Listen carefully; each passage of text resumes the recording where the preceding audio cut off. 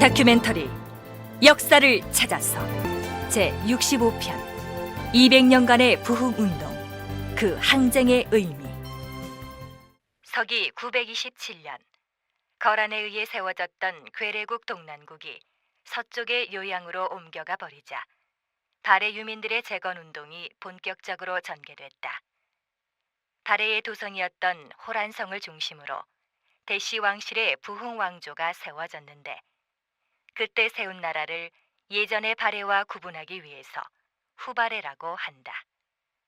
그러나 후발해의 대시 정권은 곧 그들의 실질적인 권력을 오씨에게 빼앗기게 된다. 한편 상경 용천부를 중심으로 하여 후발해가 발해의 부흥 왕조로서 계승되고 있을 때, 발해의 서경 압록부였던 압록강 일대를 중심으로 한 발해 유민들의 부흥 운동이 일어났는데, 이들이 세운 나라는 정할정, 편안할 안자를 쓰는 정한국이란 이름으로 사료에 나타난다. 학자들에 따라서는 후발해와 정한국을 따로 구분하기도 하고, 둘 다 한데 아울러서 후발해라고 부르기도 한다. 이렇듯 발해 유민들이 부흥운동을 전개하여 세력을 형성할 수 있었던 것은 발해를 멸망시켰던 거란이 내부의 권력 다툼으로 나라의 기강이 혼란스러운 상황이었기 때문이었습니다. 그러는 사이에 남쪽에서는 송나라가 중원을 통일하고 거란과 팽팽하게 대치하게 됩니다. 그렇다면 당시 후발해 혹은 정한국은 남쪽의 송나라와는 어떤 관계였을까요? 기록에 의하면 송나라가 건국되었던 서기 960년부터 990년까지 30년 동안 후발해는 송나라에 말을 수출한 것으로 되어 있는데, 그 규모가 1년에 만 필이었습니다.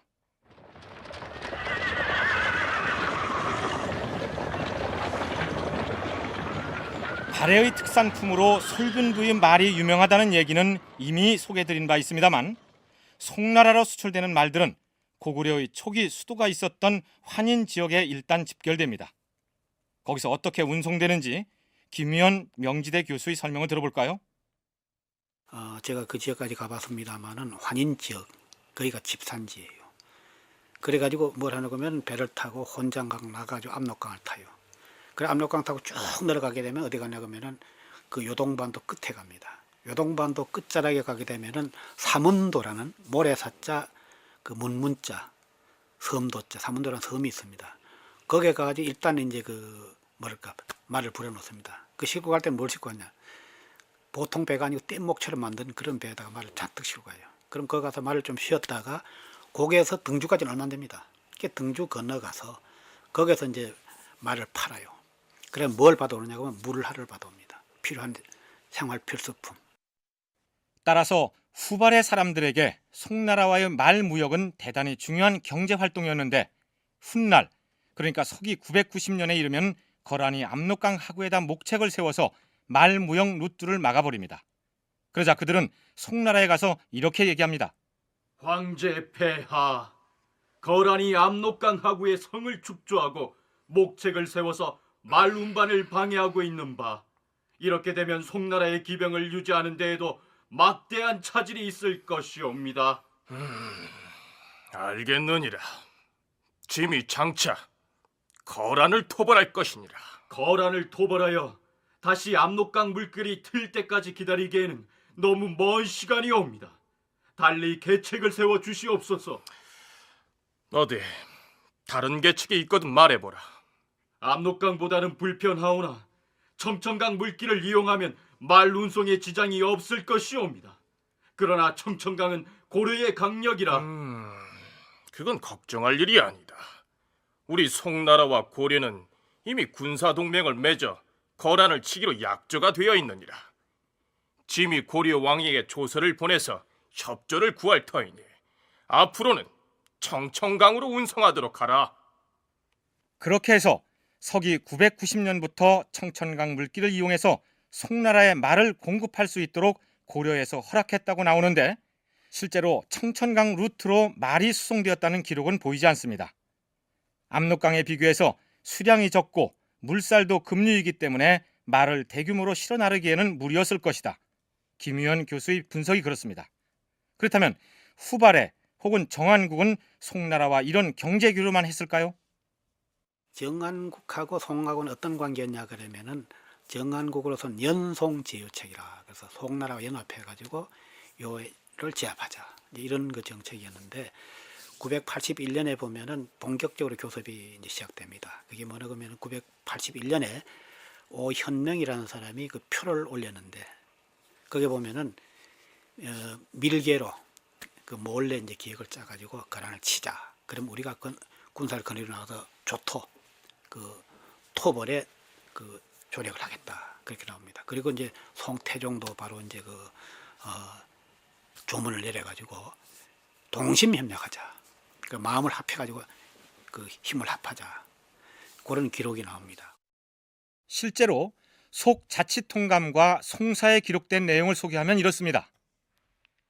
서기 981년 7월 1일 송태종이 군사를 거느리고 거란을 토벌하기 전에 사신을 발해에 파견해 오사성 발해 연부왕에게 군사를 내어 황제의 군사를 맞이하도록 조서를 내렸다.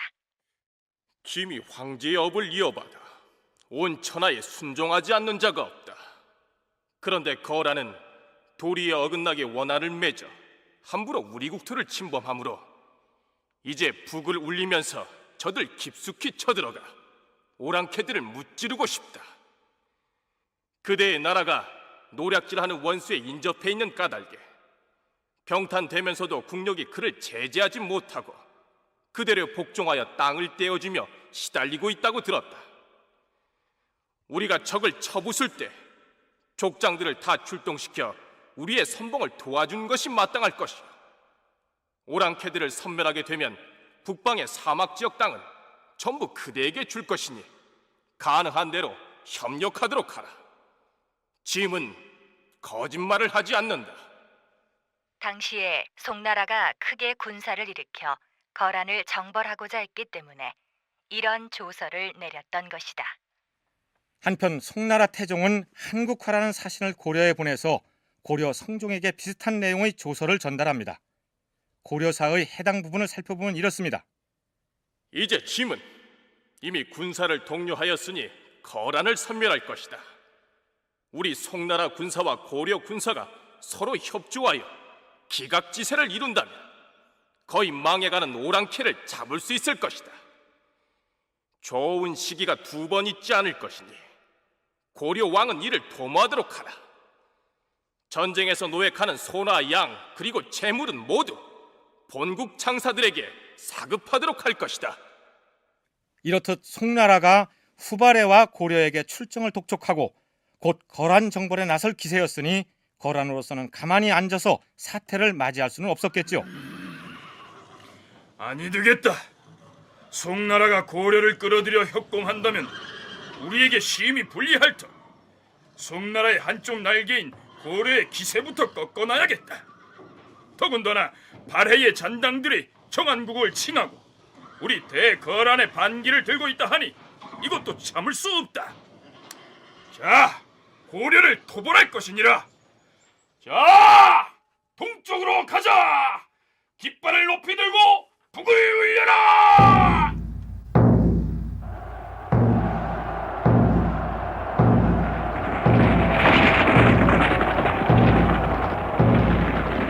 이때가 서기 983년이었습니다. 그들이 내건 전쟁의 명분은 장정고려, 즉 고려 정벌에 나선다는 것이었습니다. 거란군은 다음 해인 984년 4월까지 약 6개월간에 걸쳐서 압록강 하류를 일단 정벌하고 돌아갑니다. 고려 경내로 진입하기에는 발해 유민 세력인 정한국의 존재가 걸렸기 때문에 압록강 하류만 토벌함으로써 고려로 진입할 수 있는 길을 터놓고 일단 돌아간 것이죠. 그리고 1년 후인 985년 8월 거란군은 다시 동정, 즉 동쪽으로의 정벌에 나섭니다. 그런데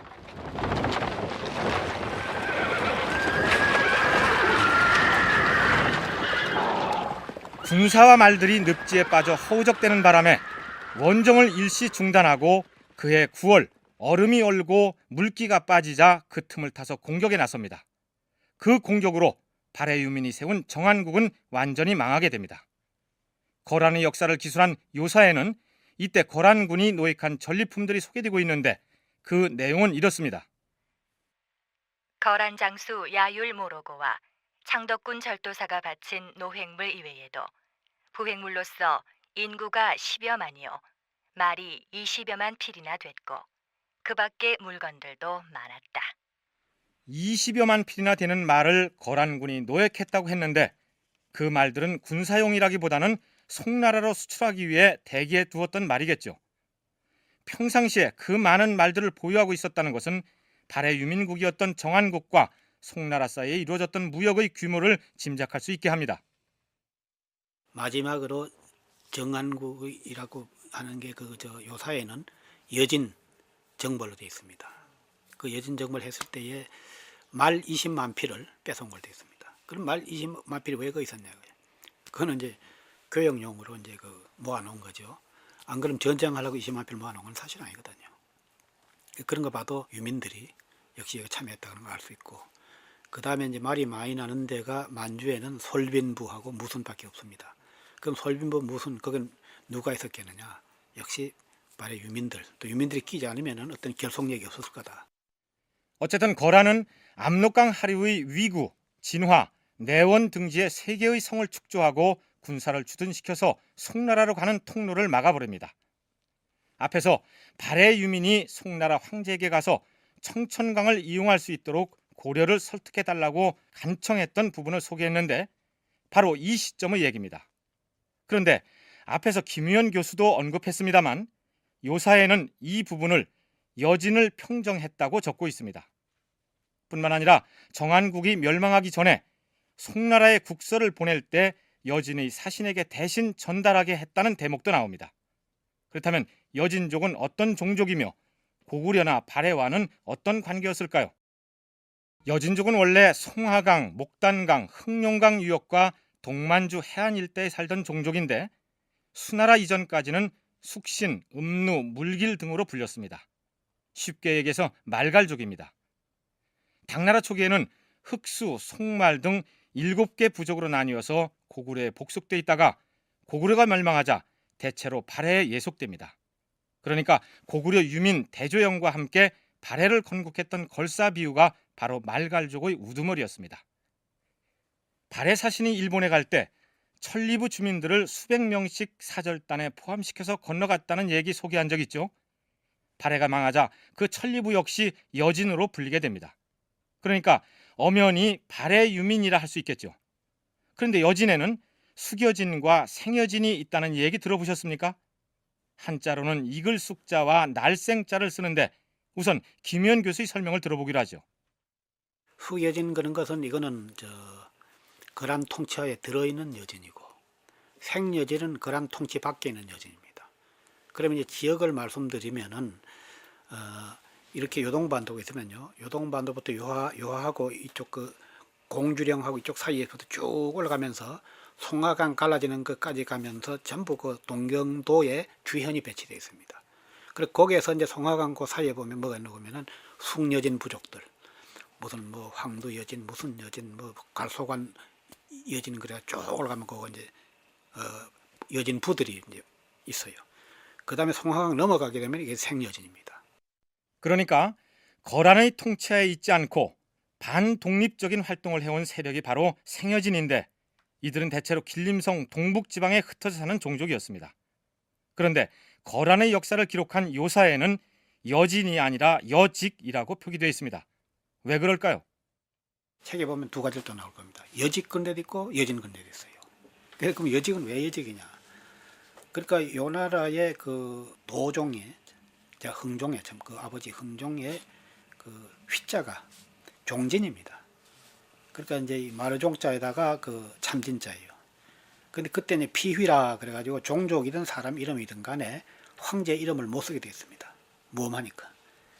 그래서 이제 그때 이제 이 직자로 되어 있기 때문에 요사에 보면 여직으로 되어 있고요. 송사 고려산 여진으로 되어 있고요. 피휘할 필요가 없으니까 여진으로 되어 있습니다. 그래서 심지어 이제 내려와가지고 조선조 때 북쪽에 있는 여진도 여직이라고 쓴 데 있습니다. 당나라 고조의 이름이 이연이었기 때문에 고구려 말기의 실권자였던 연개소문을 중국 사서에서 천개소문으로 기록한 경우와 같다고 할 수 있겠죠. 자, 그런데 연해주 남부에서 두만강 유역 그리고 함경북도 일대에 걸쳐서 살고 있던 생여진이 거란군에게 반기를 들게 된 내력이 흥미롭습니다. 그 도화선은 다름 아니라 해동청이라고도 불리는 매였습니다. 사슴이 저쪽으로 달아난다. 저 사슴을 명중시켜 잡는 병사에게는 상을 내릴 것이다. 추격하라!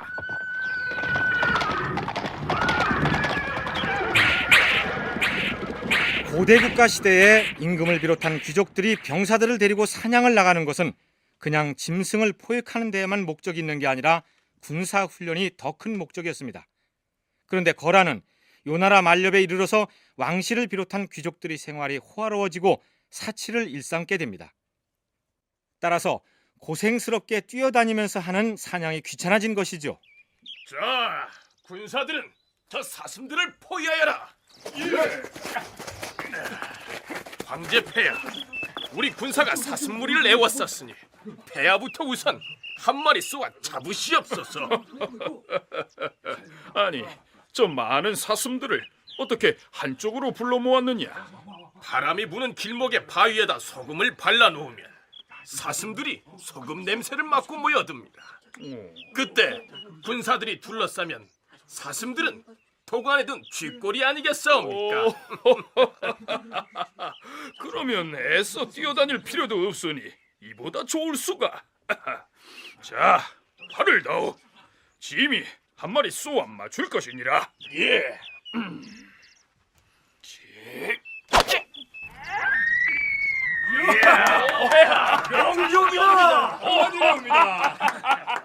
그렇게 해서 군사는 점점 나약해져 갔는데 또 하나 날짐승을 잡는데 요긴하게 쓰이는 것이 바로 해동청이었습니다.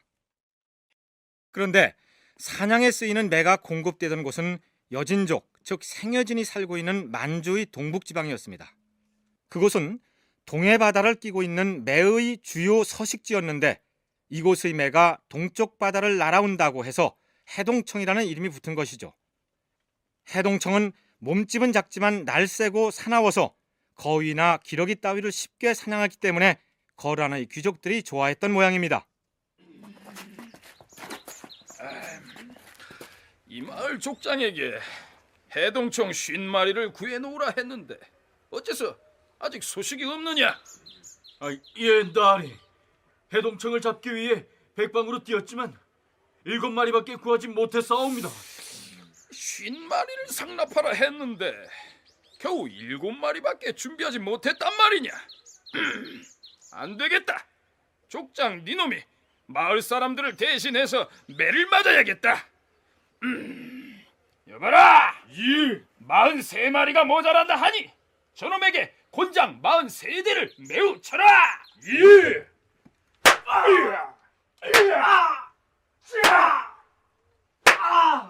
해동청 조공을 독촉하는 거란 귀족들의 행패가 이처럼 심해지자 생여진 사람들은 매 수집에 염증을 느끼게 되고 매 조공을 거부하자는 움직임이 일어나게 됩니다. 그러자 거란 조정에서는 여진 사람들이 집에서 기르고 있는 매를 강탈하기 위해서 은폐 사자를 파견합니다. 미국의 보안관 배지처럼 가슴에 은으로 만든 패를 단 관리가 여진 사람들 집으로 들이닥쳐 그들이 생계 수단으로 기르고 있던 매를 강제로 빼앗아 오기도 하고 가만. 저 처녀 얼굴이 반반하게 생겼으니 그냥 가기 아깝구나. 저 처녀를 막사로 데리고 가자. 아유 나으리 안 됩니다요. 멜은 가져가도 좋으니 제발 딸아이만. 이 어미도 괜찮게 생겼구나. 여봐라, 저 여자도 끌고 가자. 자, 가자.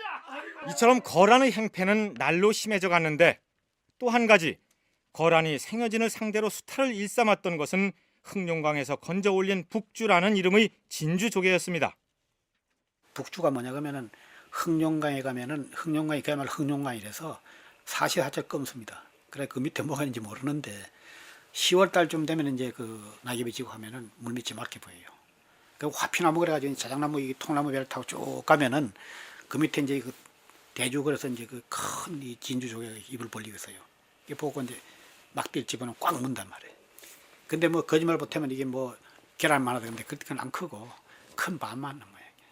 그래서 이제 그놈을 따가지고 이제 어디 가는 거면 함주라 그러는데 그거를 팔아요. 밤을 가지고 가는데 이놈들이 요새 말하자면 그 뭐랄까요 이제 단합을 해가지고 뭐 아주 그냥 뭐 완전히 그냥 저 값을 다운시키는 것 같아요. 아 놈들이 우리가 애써 잡은 진주조개를 이 형편없는 헐값에 사다가 저쪽 송나라 사람들한테 비싸게 팔아가지고 이익을 수십 배나 남기다는데 이대로 있을 수는 없는 일 아니야 이거. 그것뿐인가? 은폐단 관리들이 들이닥쳐서 집에서 기르고 있는 해동충도 다 뺏어가고 말이야. 무엇보다 처녀와 유부녀를 가리지 않고 겁탈하는 놈들의 행패를 더 이상 두고 볼 수 없습니다. 좋소. 우리도 힘을 합쳐서 놈들에게 본때를 보입시다.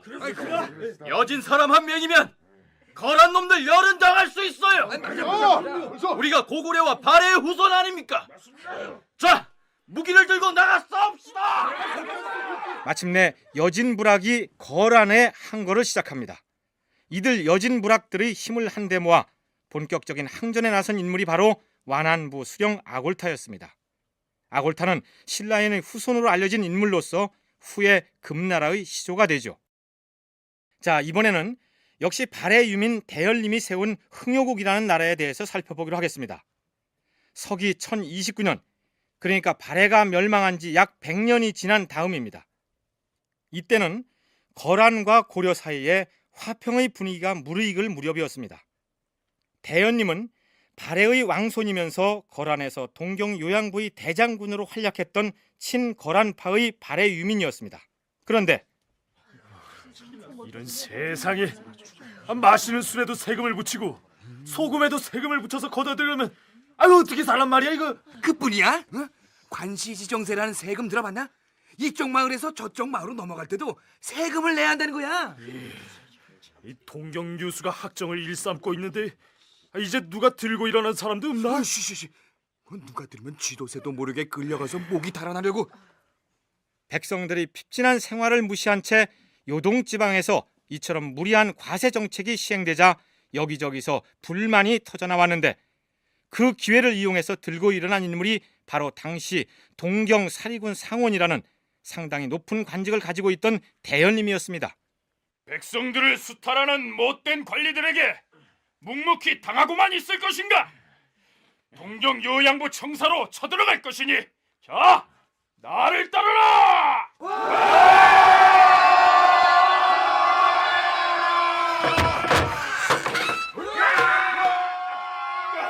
부마와 공주를 별실에 가두어라! 그리고 백성들에 대한 수탈을 일삼은 호부사 한소운과 부사 왕강음은 내 칼을 받아라! 대연님은 동경유수 부마 소유선과 남양공주를 가두고 호부사 한소운과 부사 왕가 등을 살해한 다음 그곳에서 새로운 나라를 세웠음을 선포하고 왕위에 오릅니다. 이제 지임은 이곳에 새로운 나라가 들어섰음을 선포한다. 나라 이름은 흥요국이며 하늘천 경사경 천경을 연으로 삼을 것이니라.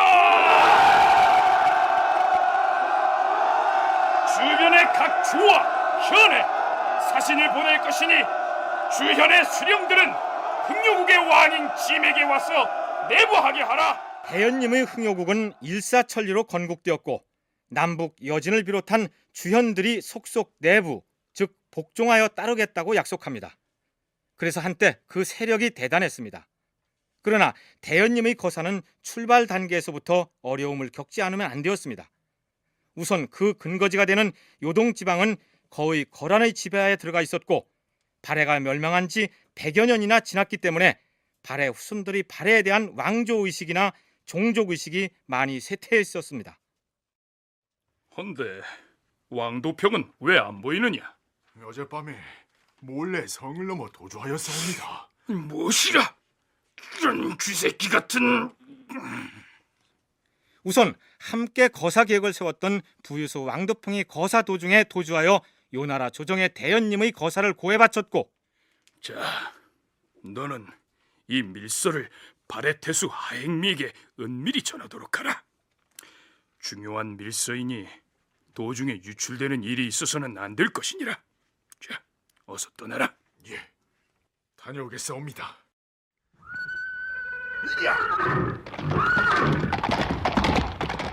그런데 대연님의 밀서를 전해받은 발해태수 하행민은 그 밀서를 고스란히 거란의 통수인 야율포구에게 바치고 맙니다.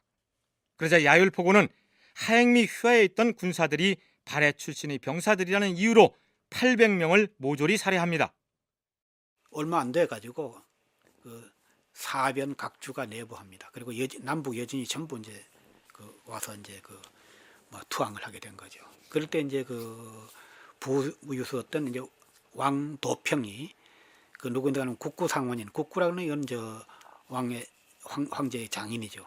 그래서 소필적에게 가서 이제 구합니다. 그래가지고 거기에 이제 가병하고 뭐 모아가지고 그냥 서쪽으로 우선 군사가 못 들어오도록 이제 그걸 막고, 그 다음에 이제 발해 태배했던 하행미, 이게 원래 이제 이 발해인이었는데 이놈이 이제 동거죠.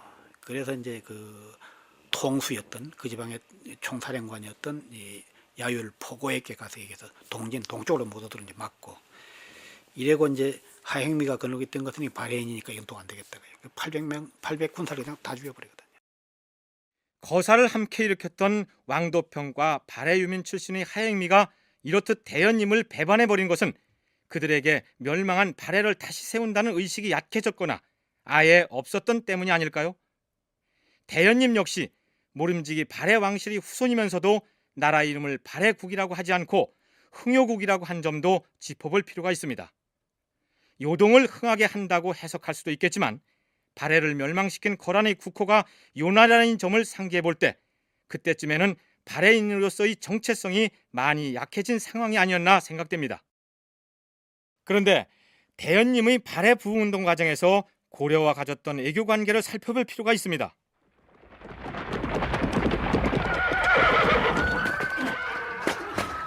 큰일 났사옵니다. 발해태수 하행미가 조정에 우리의 계획을 밀고해 바치는 바람에 거란군이 동쪽 진출로를 차단하고 있사옵니다. 그래서 다른 주연들은 모두 찾아와 복종을 다짐했는데 동쪽에 있는 황룡과 보주가 내부하지 않았던 게로구나. 좋다. 그렇다면 서쪽으로 진격해서 심주를 공략하자.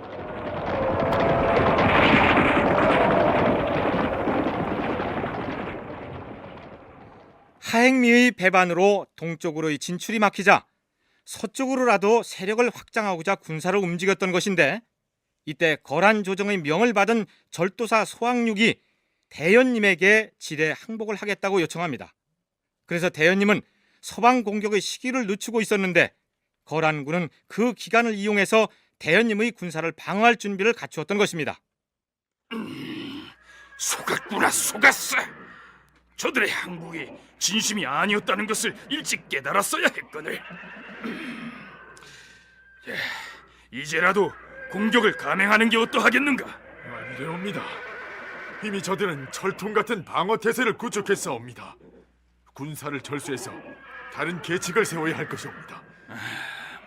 그 말에 일리가 있다. 하지만 우리의 남쪽에 있는 남방 여진족이 여전히 우리 편이고 고려국 또한 우리가 도움을 요청하면 외면하지 않을 것이다. 자, 일단 돌아가자.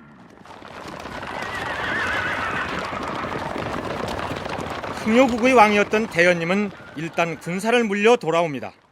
그는 내심 고려가 도와준다면 발해 재건이라는 꿈을 성취할 수 있을 것이라고 생각했던 것 같습니다. 그래서 고려에 긴급히 도움을 요청했던 것이죠. 그렇다면 대연님의 흥효국에 대해서 고려는 어떤 인식을 가지고 있었을까요? 고려사의 한 대목을 들여다볼까요?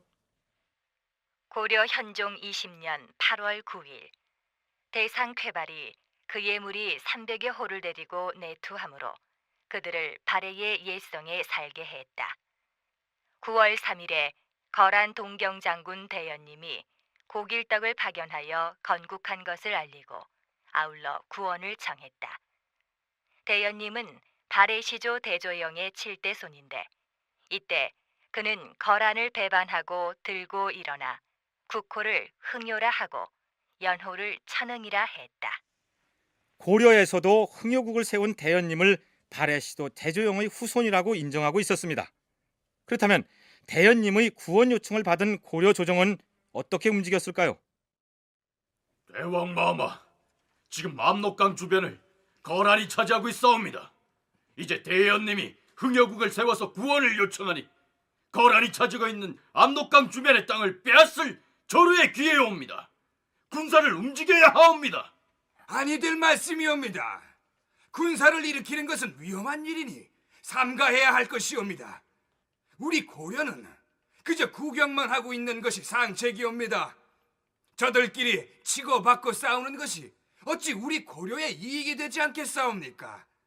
다만 우리 고려에도 영향이 미칠지 모르니 변방의 성을 튼튼히 지키면서 관망하는 것이 옳을 것이옵니다. 이때 군사를 일으켜서 대연님을 도와 거란을 치자고 가장 적극적으로 나섰던 인물은 형부상석 곽원이었고, 군사를 움직이는 것은 위험한 일이라고 신중론을 폈던 사람들은 채사위 김맹 같은 사람들이었는데, 아마 곽원의 지위가 고려 조정 내에서 그들보다 낮았던 모양입니다. 고려는 사실은 이 관망 자세였습니다.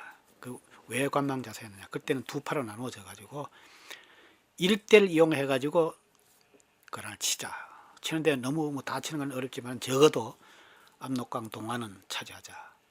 그래가지고 형부 상서였던 이 곽원이라 그러는 사람이 그 내건 걸 뭐냐 그러면은 압록강 동쪽에 있는 거란 보장을 이때 뺐자.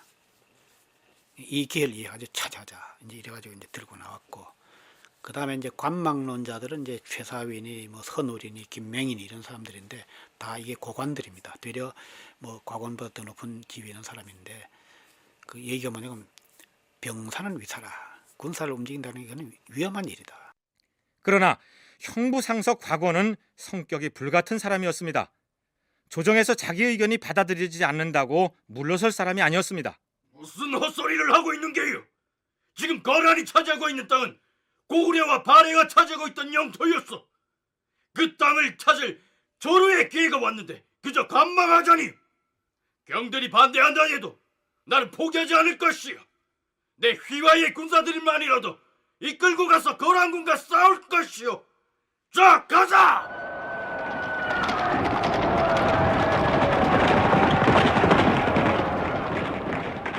그러나 고려 조정의 전폭적인 지원을 받지 못한 채 홀로 출천했던 곽원은 고전을 면치 못했던 것으로 보입니다. 고려사에는 이렇게 쓰여 있습니다. 최사위 김맹 등이 모두 글을 올려 불가하다고 했으나 곽원이 고집하여 공격하다가 사신을 보내 구원을 청했는데, 왕이 여러 신하들과 의논한 결과 군사를 움직이는 것은 위험한 일이라 하여 왕이 이를 따랐다. 곽원은 부끄럽고 분하게 여겨 등창이 나서 죽었다. 글쎄요, 곽원이 옳았는지 그를 반대했던 고려 조정의 다른 신하들이 옳았는지는 쉽게 판단할 수 없으나, 만일 고려 조정이 곽원의 의견을 쫓아 대연님의 구원 요청을 받아들였더라면 어떻게 되었을까? 그런 상상을 해보게 만드는 대목입니다. 어쨌든 흥여국의 대연님은 무려 5차례나 고려에 사신을 보내서 도움을 요청한 것으로 기록되어 있습니다. 1차는 1029년에 대부승 고길덕을 파견했고, 2차는 역시 같은 해에 대사 대연정을 파견했으며, 3차에도 고길덕을, 4차에는 대경한을, 그리고 마지막으로 영주자사 이광록을 파견해서 고려의 도움을 간청했던 것으로 나타납니다. 그러나 그 싸움에 개입하지 않겠다는 고려 조정의 입장도 요지부동이었습니다. 고려 현종 20년 12월 6일 흥여국 대사 대연정이 흥여국이 동북쪽의 여진 세력을 이끌고 거란과 싸운다 하면서 사신을 파견하여 구원을 애걸하였으나 왕은 이를 허락지 않았는데, 이로부터 길이 막혀서 거란과 교통할 수가 없었다. 고려의 도움을 받는 데 실패한 대연님은 자신이 세운 흥여국의 본거지인 동경성 방어에 급급했는데, 반란군 대연님이 제 아무리 성문을 닫아 걸고 철통 방어를 한다 해도 우리 거란군의 공격을 이겨낼 수는 없을 것이다. 자, 활을 쏘아라! 저들이 성문을 굳게 닫고 우리가 지치기만을 기다리는 것 같사옵니다. 이미 성을 보유하고 있으니 더 이상의 군력을 낭비하지 말고 기다리는 것이 상책일 것이옵니다. 이런.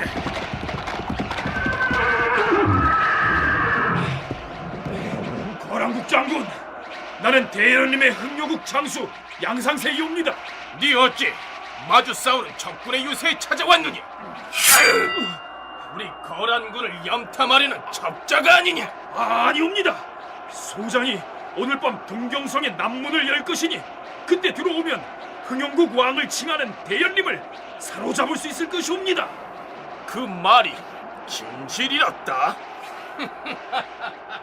흥요국 장수 양상세의 배신으로 대연님은 거란군에게 사로잡히고 맙니다. 이렇게 해서 발해 부흥을 내시며 일어났던 대연님의 흥요국은 1년여 만에 멸망하고 말았던 것입니다.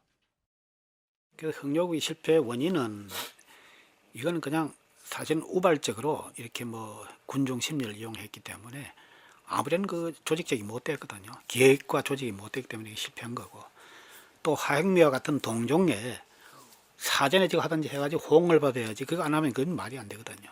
그리고 주변에 있던 고려와 사전에 지금 하든지 해서 도움을 받아야 되는데 그것도 얻지 못했던 거고, 또 그 다음에 그때 그렇게 모은 군사라는 게 집결력이 부족하거든요. 전부 그냥 각자니까 이게 안 되는 거고, 그때까지는 또 거란군이 아주 건재해 있었고, 또 지리적으로 봐가지고도 이 동경이라 그런 데가 상당히 불리하거든요. 그 무렵에 고려 조정이 대연님의 흥요국을 어떻게 인식하고 있었느냐를 알아보기 위해서는 고려가 거란과 어떤 관계를 유지하고 있었느냐를 살펴보면 해답이 나올 것 같습니다. 고려는 서기 994년부터 1116년까지 줄곧 거란의 연호를 사용함으로써 거란과 정치적인 유대 관계를 중시해오고 있었습니다. 고려왕은 거란의 책봉을 받고 사은사를 파견하는 관계로 변해 있었던 것입니다. 태조 왕건이 거란 사신을 섬으로 유배시키고 만부교 아래에서 낙타를 굶겨 죽였던 당시와는 상황이 많이 달라졌던 것이죠. 고려사의 한 대목을 들여다볼까요? 고려 현종 21년 9월 24일 김가열을 거란으로 파견하여 대연님이 점령하고 있던 동경성을 수복한 것을 축하했다. 25일에 거란왕은 장군 나한노를 파견하여 말하기를, 근래에 사신이 왕래하지 못한 것은 길이 막혔던 까닭인데 지금 발해가 이미 항복했으니 이제는 우려할 일이 없을 것이다 라고 했다. 앞에서도 언급했지만 이 시기 고려는 대연님의 흥요국에 대해서 발해의 계승 세력이라는 유대감을 별로 가지고 있지 않았던 것으로 보입니다.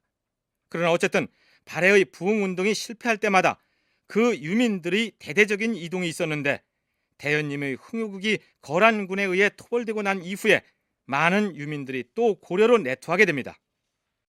현종 22년 3월 거란 발해민 40명이 내투했다. 7월 22일에는 발해 대도행랑 등 14인이 내투했다. 24일에 발해 제군판관 고진상과 왕광록이 거란으로부터 내투했다.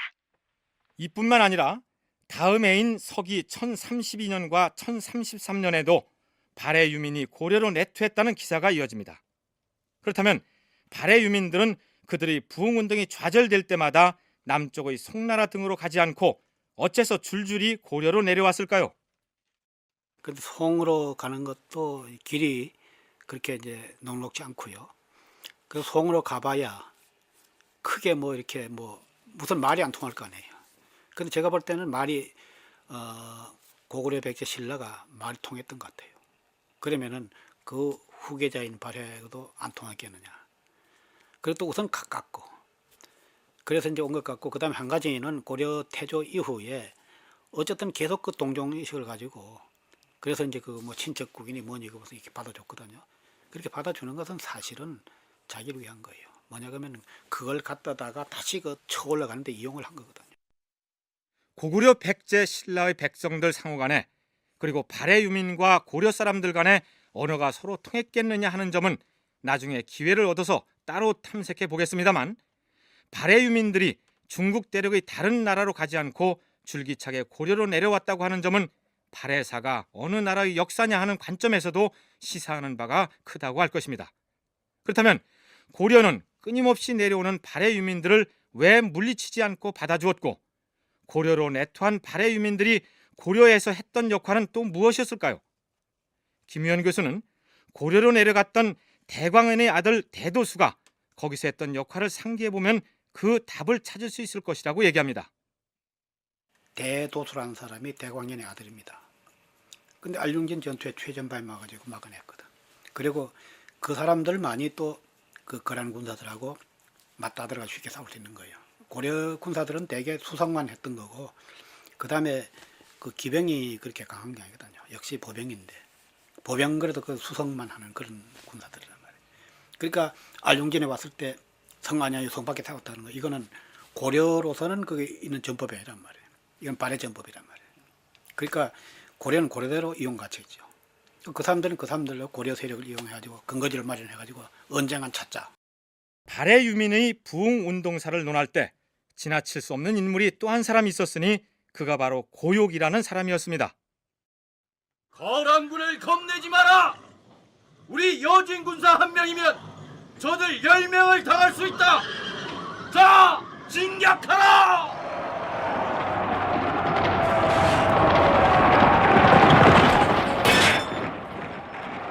서기 1114년 무렵 생여진 완안부가 거란 공격에 나서자 영강주라는 지역이 그들의 공격에 어이없이 무너지게 되고 거란은 전군의 총동원령을 내립니다. 그러자 요 나라 내에 흩어져 있던 발해인들이 그 기회를 타고 거란에 반기를 들고 일어납니다. 여진족은 과거 우리 밑에 복속돼 있던 족속이 아니었는가?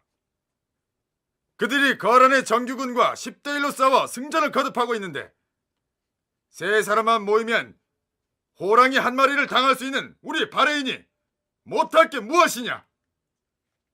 우리는 새로운 나라를 세울 것이니라.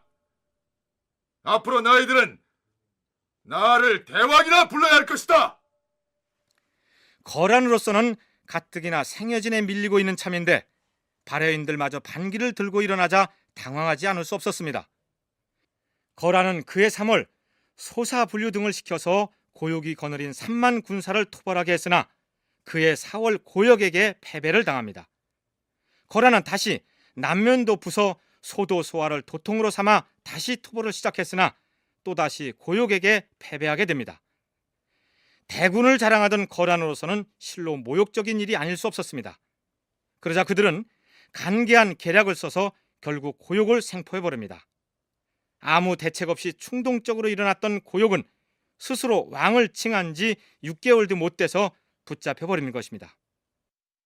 싸움은 잘했어요. 싸움은 잘했는데 그게 3월 달에 이제 그 소사분류라 그러는 사람이 싸움을 했더니 실패했어요. 그 사람 실패하고 그다음에 소알이라 그러는 사람이 또 이제 이 고욕이와 싸움에 또 졌어요. 그러니까 이제는 싸움 가지고는 안 되겠구나. 그러니까 이거는 완전히 그 거란 중심지입니다. 아주 최고 중심지예요. 그러니까 이번에 어떻게 하나 보면 이제 반간계를 쓰고 계략을 써가지고 나중에 요 고욕을 포로하는 데 성공하는 거죠. 그래서 6개월 만에 망해버려요. 그러니까 이것도 역시 따지면은 어디 뭐 연합체를 만들거나 뭐 해야 되는데 저것도 이기는 거니까 나도 하면 되겠다. 그 들고 일났다가 이게 안 되는 거거든요. 이렇게 해서 발해 유민 고욕에 의한 또 한 번의 부흥운동은 역시 실패로 돌아가고 맙니다. 이제 발해 유민이 거란에 대한 마지막 저항운동이자 발해 부흥운동에 해당하는 고영창의 대발해국의 사례를 소개하기로 하겠습니다. 고영창은 발해의 후손으로서 발해가 멸망하자 요양으로 강제 이주당하여 거란 조정으로부터 공봉관이라는 벼슬을 받은 인물이었습니다. 고영창의 거란에 대한 저항 역시 충동적으로 일어납니다. 1116년 정월 초하룻날 고영창은 여진이 세운 금나라 군사를 방어할 임무를 띠고 발해 출신의 군사 2,000명을 모아서 진을 치고 있었는데 동경의 악소년, 그러니까 요즘 우리식으로 표현하자면 불량배 10명과 어울려 술을 마시던 중에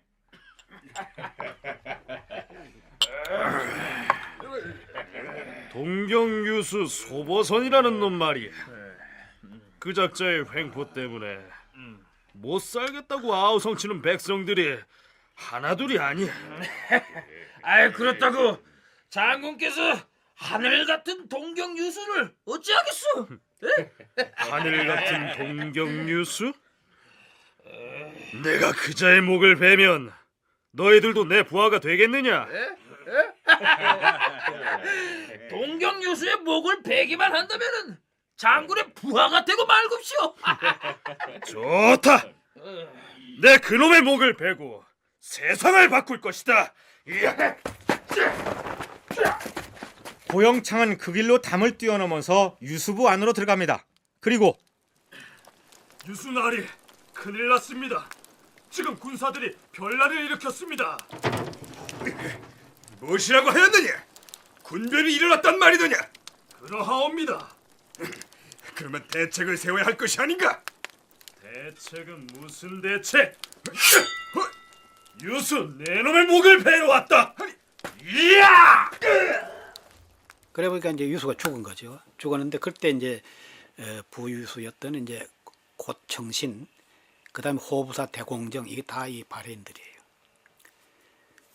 그래가지고 이 사람들이 이제 그 해한병, 해라 그런 것은 이 거란하고 같이 있던 건데 따지면은 지금 흥안령 아마 서남 쪽 여기 있던 사람들인데 이 사람들하고 한인 1000여 명 가지고 이 진압을 하려고 하는데 이게 워낙 적은 숫자를 했기 때문에 뭐 진압이 처음엔 됐던 모양이에요. 그런데 그냥 놓으면 주모자 10명을 죽여버렸단 말이에요. 그래 보니까 뭐 모두들 말이야. 이래도 죽고 저래도 죽을 바에는 핏값하자. 이래가지고 이제 여기저기 이제 들썩거리는 거죠. 그래가지고 그때 고영창은 이제 동경성 밖에 이제 진을 치고 있었는데 고영창은 민심이 거란의 등을 돌리고 있는 틈을 타서 이렇게 선포합니다. 나라를 새로 세울 것이다.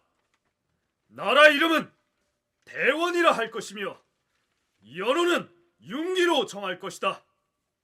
나는 대발의 황제이니라. 고영창은 군사를 정비하여 동경성을 탈취하는 데 성공합니다. 거란 조정에서도 군사를 출동시켜 토벌에 나섰지만 고영창은 그들을 연파시킵니다. 그런데 고영창에게 불리했던 것은 거란 군사 말고도 뒤쪽에서 금나라 군사가 그들을 향해 진격하고 있다는 사실이었습니다. 요 나라 군사들하고 싸워가지고 계속 이깁니다. 그러니까 이제 이건 계속 이기는데 뒤에 뭐가 있는 거면 뒤에 금나라 군사가 있는 거예요. 그러니까 이제 당랑지 전과 당랑지 후란 말이에요.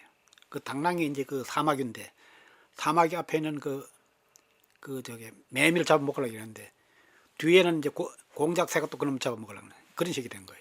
그래서 결과적으로 금나라가 공작 같은 게 된 거죠.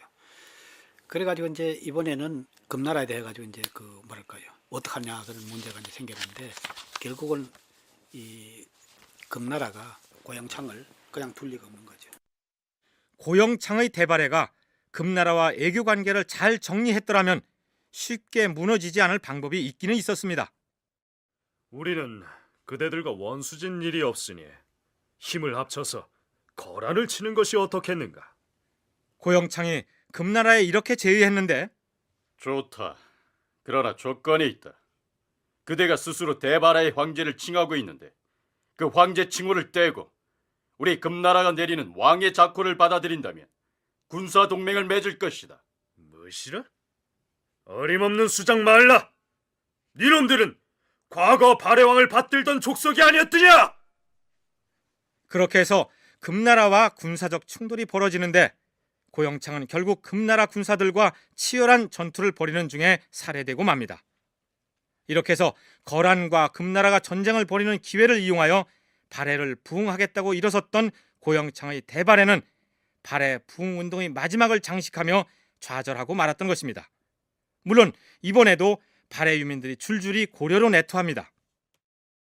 내원성하고 포주의 그 유민들이 두 성의 유민들이 양하고 말 수백 마리를 가지고 이제 내토했다는 기록이 있고요. 또 유민 남녀 20명이 양 200마리를 가지고 또 내토했다는 기록이 나오고 그 다음에 역시 같은 해에 거란, 한, 해, 숙려진, 발해인 229인이 내토했다는 기록이 나옵니다. 그리고 그때 되면 뭐 그냥 전쟁 통에 모수하는 거는 이제 이 백성들이 이제 어려웠던 것 같아요. 그리고 그 다음 해도 보면은 상당히 여러 명이 또 내토한 기록이 나옵니다. 이상으로 우리는 발해 멸망 뒤에 전개됐던 발해 유민들의 부흥운동을 청취자 여러분과 함께 살펴봤습니다. 고왕 대주영이 고구려를 계승해서 발해를 건국한 이후 마지막 왕이었던 대인선이 거란군에 항복하여 공식적으로 발해가 멸망했던 때까지의 역사가 220여 년간인데 멸망 후에 부운동을 했던 기간이 무려 200여 년에 이릅니다. 세계의 어떤 나라도 나라가 망한 후에 이처럼 오랫동안 끈질기게 부흥운동을 전개했던 사례를 찾아보기 어렵습니다. 발해인들이 자기보다가 좀 저급한 민족이 거란이다 이렇게 생각하기 때문에 끝까지 그 지배를 받으려 하지 않았다는 거. 이건 그 외국인이 쓴 건데 로제 교수라는 분이 쓴 데 보면 이런 얘기를 했습니다. 그 다음에 발해인이 이제 기질이 발로다. 발해인들이 이제 저번 시간도 얘기했습니다만 3인 발해가 당희로 그래가지고 누구에게 지지 않는다는 그런 가지 있는데 이거는 싸워보지도 않고 졌으니까 그러니까 이제 거기에 대한 어떤 뭐랄까 한이라 그럴까 그것 때문에 200년 동안 계속 저한 게 아니냐 이렇게 이제 볼 수 있습니다. 세 사람이 모이면 호랑이 한 마리를 당해낸다는 말이 상징하듯이 용맹을 자랑했던 발해인들의 역사는 그러나 전설로 사라진 것이 아니라 고조선에서 부여, 부여에서 발해, 발해에서 고려를 거쳐서 면면이 이어져 오고 있는 우리의 역사입니다.